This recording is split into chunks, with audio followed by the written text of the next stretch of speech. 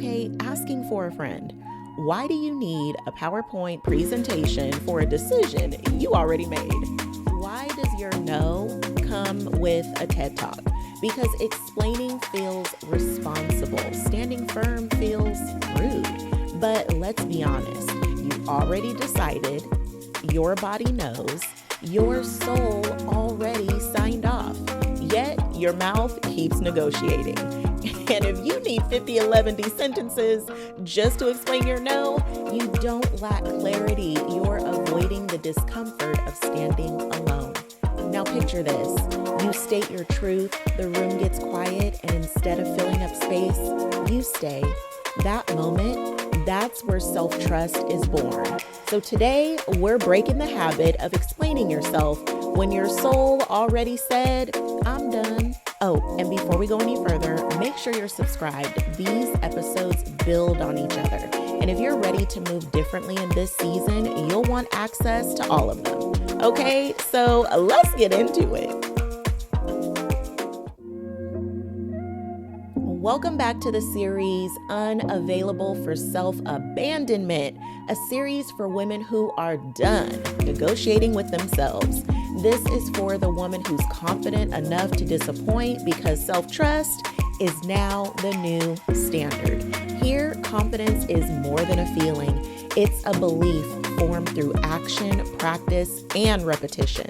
It's what you do when it would be easier to explain yourself, perform, or betray what you already know is true for you. So if you are ready to stop abandoning yourself just to keep the peace, you are in the right place. Hey, queen. Yes, you. Go ahead and put the emotional receipts down just for a second. You are the woman who knows exactly what she wants, but still adds a paragraph and a disclaimer in fine print nobody takes the time to read. You already know your truth, but yet and still feels the reflex to soften it and add a soft smile just in case, to add context, to make it palatable, to smooth the edges so no one feels uncomfortable. Not because you're unsure or confused, but because standing firm can feel lonely. And because you were taught that certainty needs to be sweetened. You know, the good girl, the people pleaser in you. She just goes along to get along. Or are you the bark with no bite? Either way, we ain't doing none of that today. Instead, let's talk about that space between knowing and staying. Let's tell the truth about explaining yourself and redefine this. Explaining, it's supposed to clarify. To explain means to make something clear to another person. But that's not what's happening in these moments. What you're doing, that's soothing. This kind of explaining is about relief. Relief from tension, silence, from that feeling of being misread. You're uncomfortable with silence, being misunderstood, uncomfortable with being someone thinking you're a lot. So you keep talking. Friend, that's not communication. It's a belief practice. That's emotional customer service. It's your nervous system saying, can we just make this moment easier already? And listen, that makes sense. You don't over-explain because you're unclear or you don't know. You over-explain because you're managing reactions. You want the moment to settle. Your nervous system wants peace, but not at the cost of your own authority.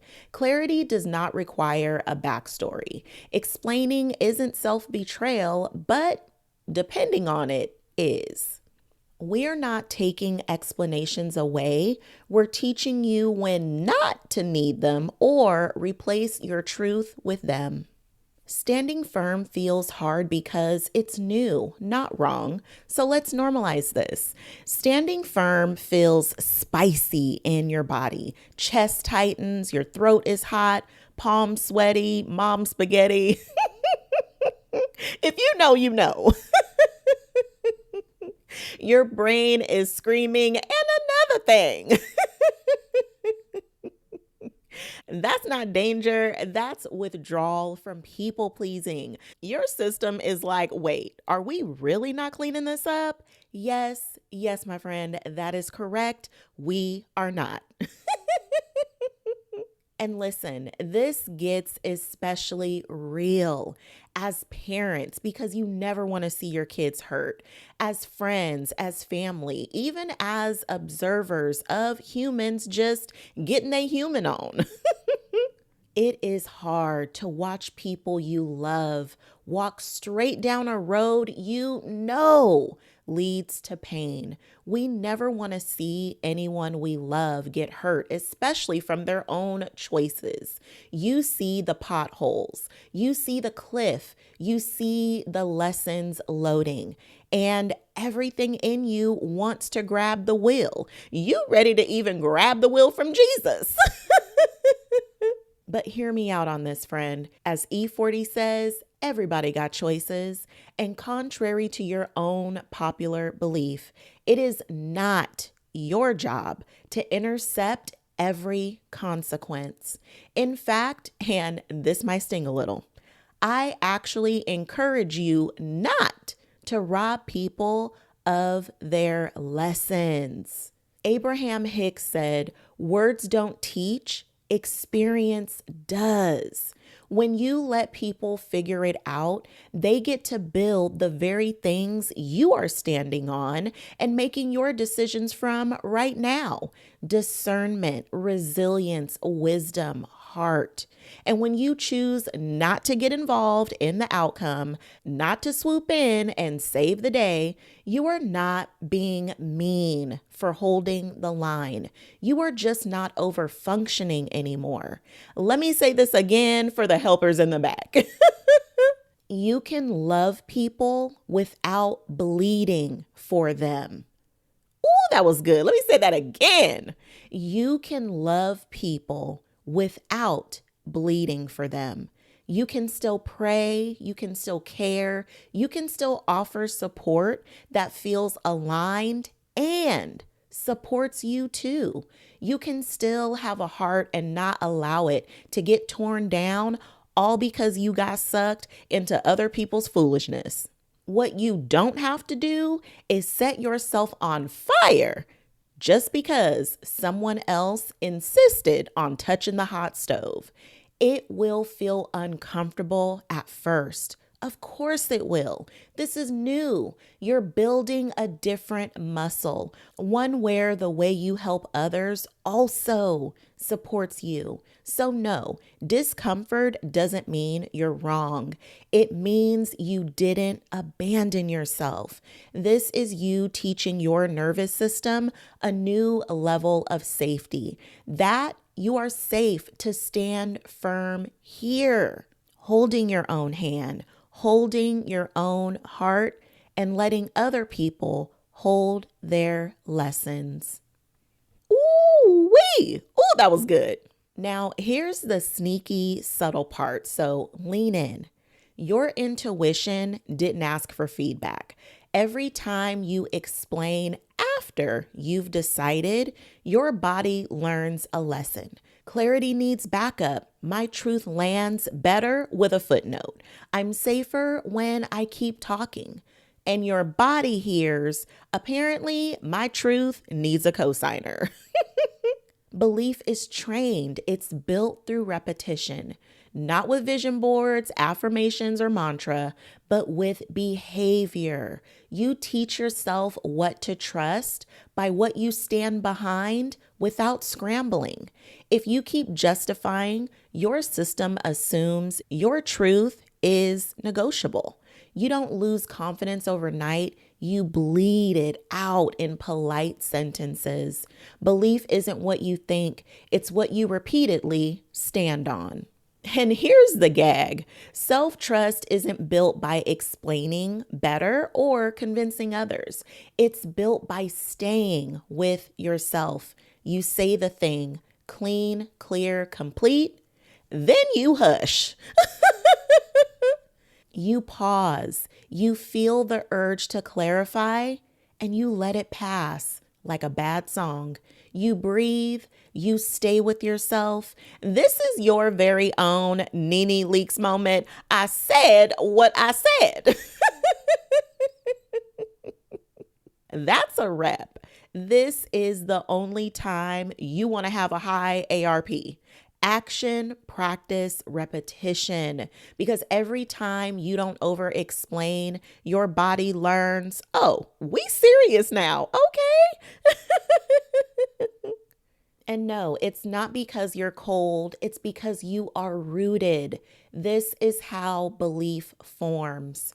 Action, practice, repetition. Remember, main character energy isn't always loud. She doesn't rush, overcorrect, or need consensus to proceed. She doesn't argue her truth. She doesn't audition for approval. She doesn't need everyone to get it. She understands this sacred truth. Being misunderstood is survivable. Self-abandonment is not. She knows understanding is optional. Alignment is not. So she lets people have their reactions and feel how they want to feel without trying to control it. She stands firm and she keeps it moving gracefully, unapologetically. Okay, can I tell you something I had to learn the hard way? There was a season where I understood everything about myself and nothing in my life was changing. And if that's you right now, listen, you are not stuck or broken. You are just past the point where more awareness helps. At this stage, insight won't move you. Decision will. That pause you keep calling timing, that's the moment where self-trust gets built.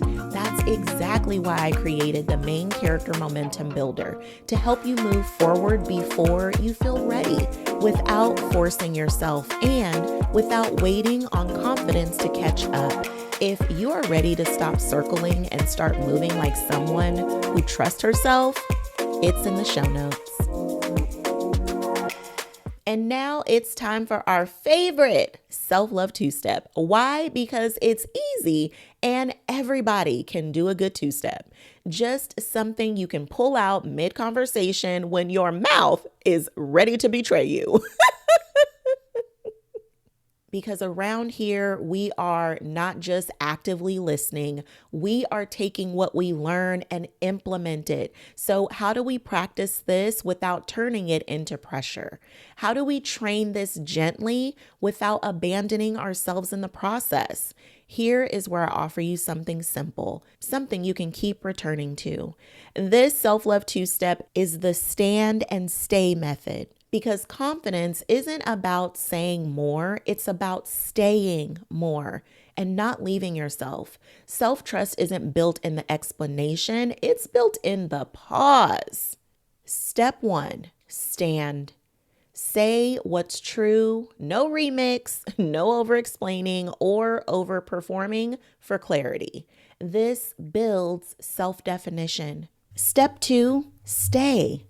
Stay with the awkwardness, the pause, the side eye, the silence that feels illegal, honey. Stay with what rises, the silence, the urge, the sensation. Breathe, ground your feet, relax your jaw. Let your body learn that nothing bad happens when you don't over-explain, and you don't disappear when things get uncomfortable. This builds self-belief. This is how self-abandonment ends, not by force, but by staying. What I love so much about the self-love two-step and why it matters is because it's an invitation to put what you're learning into motion. It gets you moving. It turns insight into action. But the most important step you take is actually the one you choose after this moment. I can get you started. I can open the door. I even walk with you. Real growth happens in what you decide to do next. This is where you turn inward and stop outsourcing your knowing, where you listen to yourself, where you trust your own intuition and build what actually works for you and fits your life. That's where self-trust is formed. That's where change sticks. That's the work. That's the practice. Self-connection is the major key, okay? Now, let me pour into you real quick. Friend, you are not bad at boundaries. You are just used to being agreeable. You are not doing it wrong because your voice shakes. You're not weak because you want the moment to smooth out. You are not harsh. You are just not cushioning reality anymore. And you don't need to earn the right to take up space. God already signed that permission slip, okay? Let them misunderstand you. You know who you are. It's okay that this still feels hard. Let's honor that together. Choosing yourself isn't always going to be easy, but it will get easier the more reps you put in. And truth be told, it's also hard putting everyone else ahead of you. Choose your hard. If it's going to be hard, you might as well choose the hard that reconnects you to yourself.